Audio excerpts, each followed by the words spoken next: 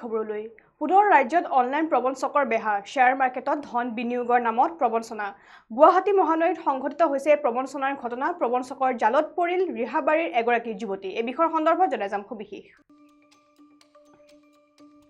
পুনৰ ৰাজ্যত অনলাইন প্ৰবঞ্চকৰ বেহা শ্বেয়াৰ মাৰ্কেটত ধন বিনিয়োগৰ নামত প্ৰবঞ্চনা গুৱাহাটী মহানগৰীত সংঘটিত হৈছে এই প্ৰবঞ্চনাৰ ঘটনা প্ৰবঞ্চকৰ জালত পৰিল ৰিহাবাৰীৰ এগৰাকী যুৱতী প্ৰবঞ্চকৰ জালত পৰি যুৱতীগৰাকীয়ে বিনিয়োগ কৰিছিল ধন কিস্তিত ধন পৰিশোধ কৰিছিল যুৱতীগৰাকীয়ে আনহাতে জালিয়াতি ধৰা পৰাৰ পাছত অপৰাধ শাখাত অভিযোগ দাখিল কৰিছে যুৱতীগৰাকীয়ে আৰক্ষীৰ তৎপৰতাত উদ্ধাৰ 28,72,000 টকা ঘটনা সন্দৰ্ভত আৰক্ষীয়ে অব্যাহত ৰাখিছে বৰ্তমান তদন্ত আৰু আমি যেহেতু জনাইছো যে বৰ্তমান ৰাজ্যত অনলাইন প্ৰবঞ্চকৰ যি বজাৰ আছে সেই বজাৰ দিনক দিনে বৃদ্ধি পোৱা দেখিবলৈ পোৱা গৈছে আৰু শেহতীয়াকৈ ইতিমধ্যে কৰিমগঞ্জতো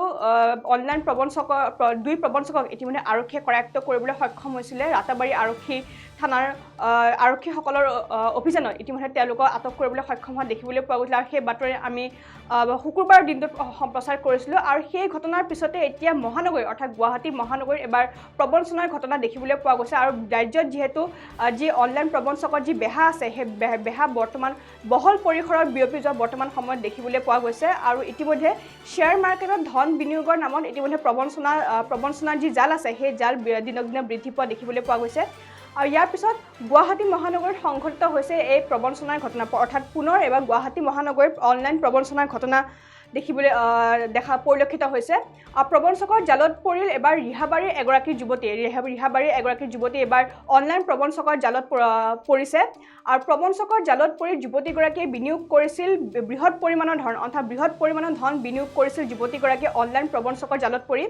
আৰু কিস্তিত ধন পৰিশোধ কৰিছিল যুৱতীগৰাকীয়ে অৰ্থাৎ কিস্তিৰ জৰিয়তে যুৱতীগৰাকীয়ে সেই অনলাইন প্ৰবঞ্চকক ধন বিনিয়োগ কৰিছিল আৰু সেই ধন বিনিয়োগ কৰাৰ পিছত ইতিমধ্যে অন্তৰ্ধান হৈ গৈছিলে সেই প্ৰবঞ্চকসকল আৰু জালিয়াতি ধৰা পৰাৰ পিছতে ইতিমধ্যে অপৰাধ অনুসন্ধান শাখাত যুৱতীগৰাকীয়ে অভিযোগ দাখিল কৰিছিলে আৰু সেই যুৱতীগৰাকীৰ অভিযোগৰ ওপৰত ভিত্তি কৰি আৰক্ষী প্ৰশাসনে ইতিমধ্যে তৎপৰতা বঢ়া দেখিবলৈ পোৱা গৈছে আৰু আৰক্ষীৰ তৎপৰতাত ইতিমধ্যে উদ্ধাৰ কৰা হৈছে 28,62,000 টকা ইতিমধ্যে আৰক্ষীয়ে জব্দ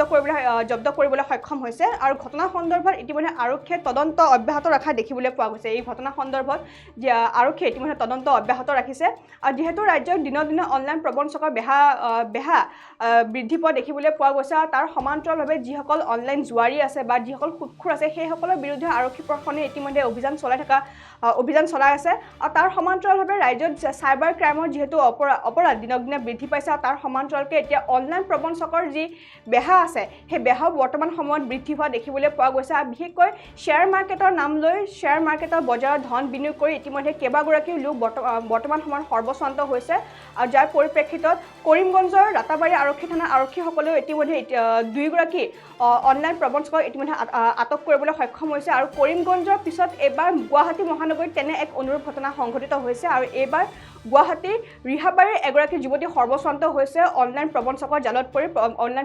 জালত পৰি ইতিমধ্যে ৰিহাবাৰীৰ এগৰাকী যুৱতীয়ে সৰ্বস্বান্ত হৈ কেইবা কোটি টকা ইতিমধ্যে তেওঁ হেৰুৱা দেখিবলৈ পোৱা গৈছে আৰু